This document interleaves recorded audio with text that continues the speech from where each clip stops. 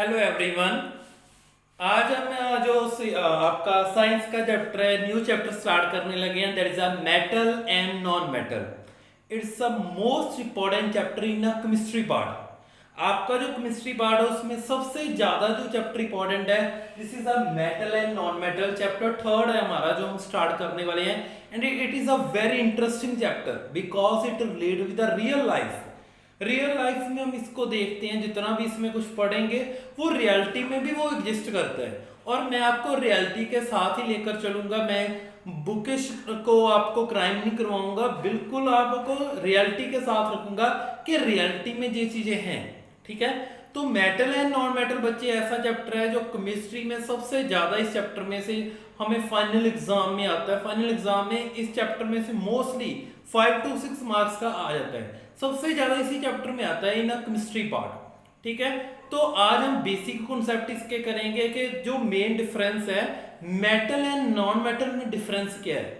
क्योंकि देखो हमें पता है जितने भी पहले हम बात करें नाइन्थ में किया आपने कि हर एक चीज छोटे छोटे जो पार्टिकल है वहां से बनी है। छोटे छोटे पार्टिकल को मिलाकर एक एटम बना था। हमने नाइन्थ में भी जो टॉपिक किया है कि एटम क्या है, कि पार्टिकल को कंबाइन किया और हमारा एटम बन गया। और जो एटम है उसको फर्दर आगे डिवाइड कर दिया गया, तीन कैटेगरी में डिवाइड किया था, एक मेटल और एक नॉन मेटल, एक मेटावर्स। मेटावर्ड अब हम अभी नहीं करेंगे, बाद में करेंगे।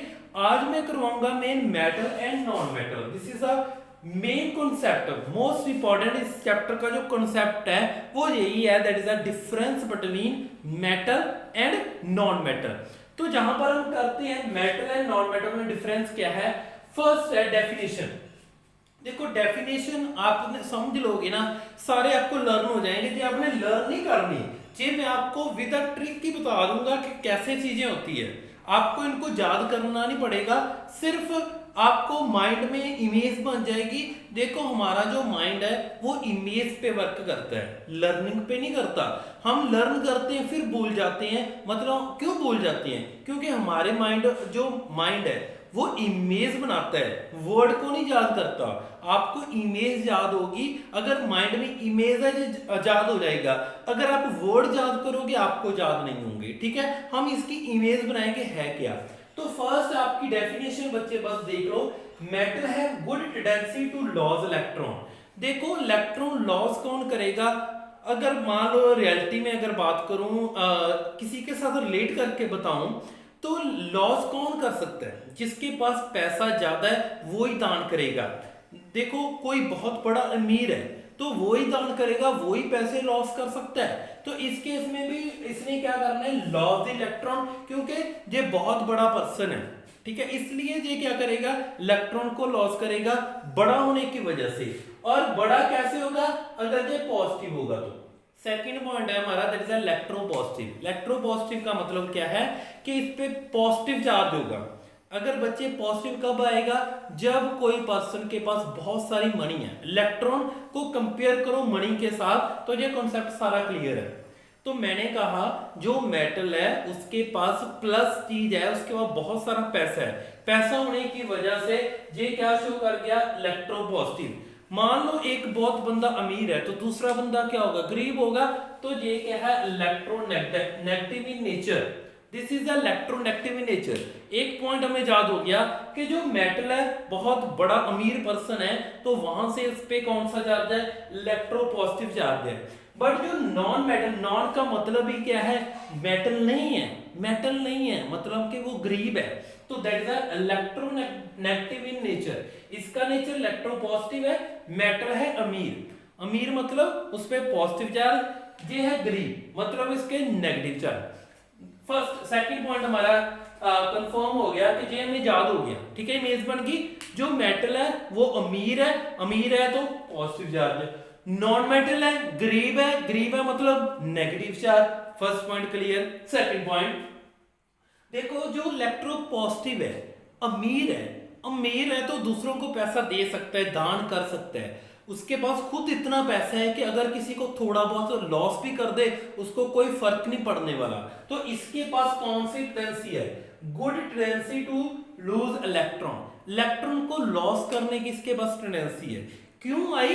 क्योंकि इसके पास क्या चीजें हैं, एक्स्ट्रा पैसा बहुत है, एक्स्ट्रा इलेक्ट्रॉन बहुत है, तो ये वो लॉस कर सकता है। बट इस केस में पहले ही बेचारा गरीब है, नेगेटिव चार्ज है, पहले ही इतना गरीब है, लॉस कहाँ करेगा?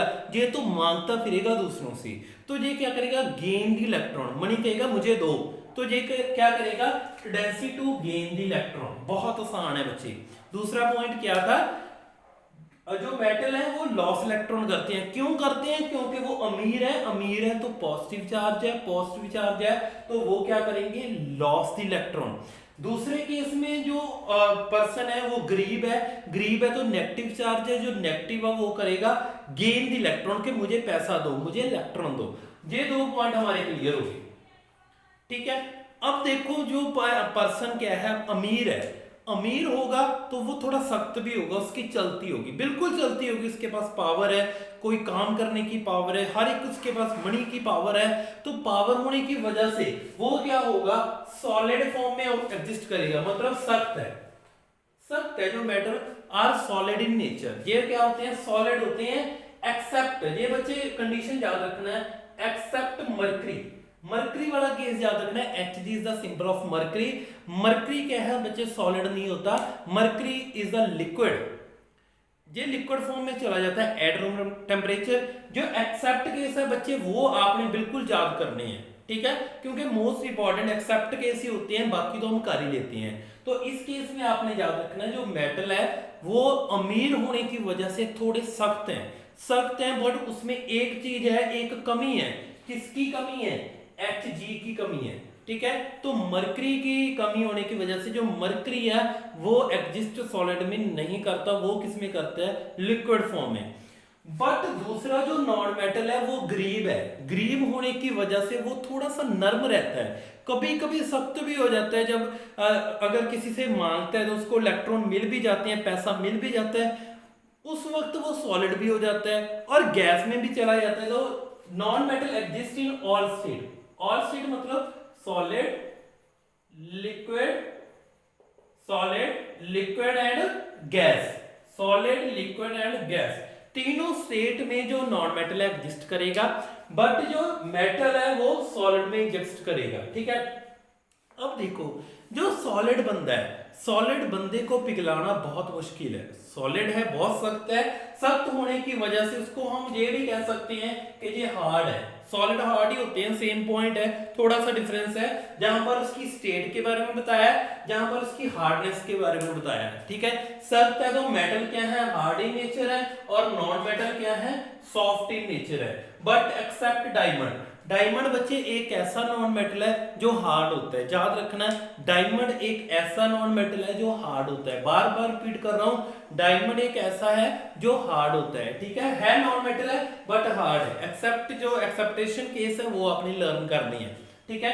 तो ये हो गया मेटल के पास पैसा होने की वजह से हार्ड है, ये सॉफ्ट है। उसके बाद जो देखो मेटल है वो हार्ड तो उसको मेल्ट करना भी डिफिकल्ट होगा, ऐसे तो नहीं कोई भी आकर उसको मेल्ट कर देगा।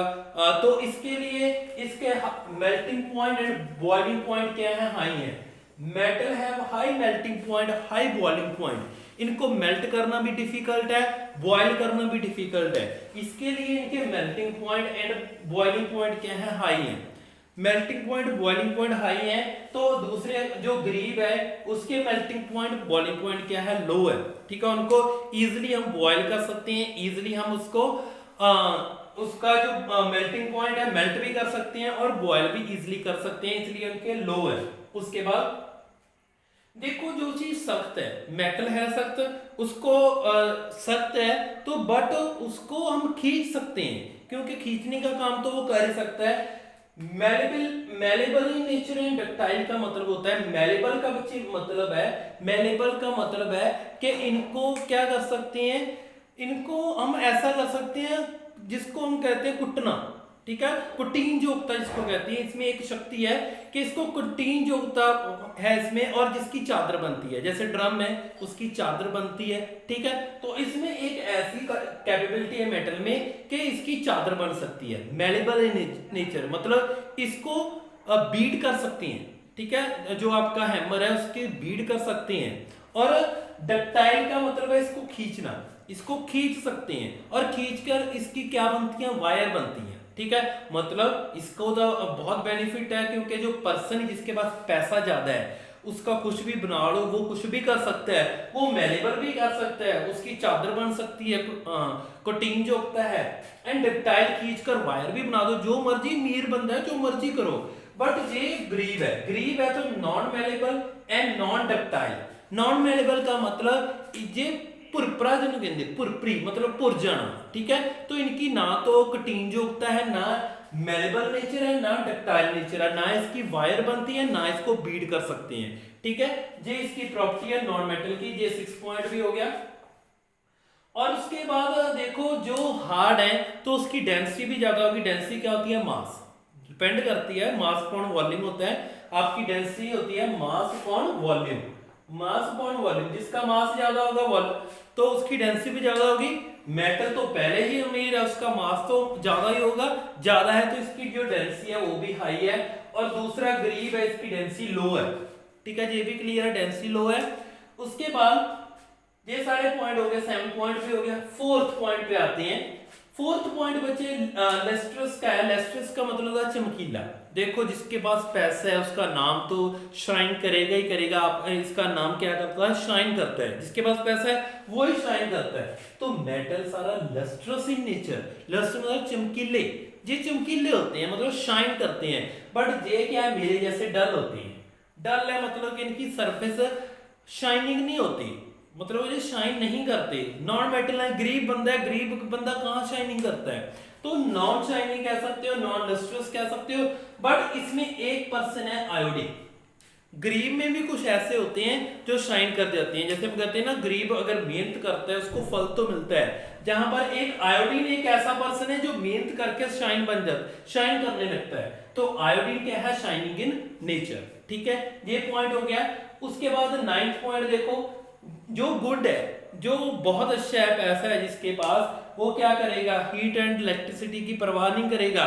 उसके जो गुड कंडक्टर है उसके बीच में जितनी मर्जी इलेक्ट्रिसिटी निकाल दो, उसमें इलेक्ट्रिसिटी पास कर जाएगी, फर्क ही नहीं पड़ता। इतना पैसा है, इलेक्ट्रॉन उसके पास है, इलेक्ट्रॉन लॉस करने की कैपेसिटी उसके पास है, तो उसकी जो हीट, अगर हीट पास करा दो तो भी कर जाएगी, इलेक्ट्रिसिटी पास करा दो तो भी कर जाएगी। That is a good conductor of heat and electricity. But दूसरा बंदा गरीब है, थोड़ी सी उसको थोड़ी सी इलेक्ट्रिसिटी दी, उसको झटका लग जाएगा, तो इसलिए that is a bad conductor of electricity.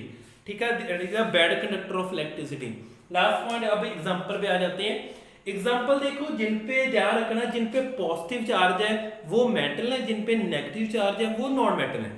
ठीक है, जी मैं आपको जब 9th में भी आपने किया होगा, जिन पे पॉजिटिव चार्ज होते हैं वो मेटल है। 8th में भी ये टॉपिक आता है, they have positive charge that is a metal, they have negative charge that is a non metal. तो जहां पर एग्जांपल है एल्यूमिनियम, जिंक, सोडियम। ठीक है, इन पे पॉजिटिव चार्ज होते हैं। जितने भी पॉजिटिव चार्ज है, जैसे लेड भी है आपका, जितने भी जहां पर पॉजिटिव चार्ज शो करेंगे, मैग्नीशियम है उस पर पॉजिटिव चार्ज होता है। Aluminium, zinc, sodium, magnesium, these all are a metals. And जिन पे नेगेटिव चार्ज होता है like oxygen, sulphur and hydrogen, ये सारे हमारे क्या हैं, नॉन मेटल। जिन पे नेगेटिव चार्ज, ऑक्सीजन पे नेगेटिव चार्ज होता है, तो ये क्या है हमारे नेगेटिव चार्ज, वो होते हैं नॉन मेटल। ठीक है, अब दोबारा इसको जल्दी जल्दी रिपीट कर लेते हैं विद द ट्रिक। मेटल क्या है, पहले मेटल की बात कर लेते हैं, नॉन मेटल अपने आप हो जाएगा। मेटल, मेटल क्या है, अमीर बंदा है, अमीर बंदा है तो चार्ज कौन सा होगा, पॉजिटिव चार्ज। बिल्कुल सही। अगर पॉजिटिव चार्ज है, उसके पास बहुत सारी मनी है, तो क्या करेगा, लॉस करेगा, they can loss the electron. सही है।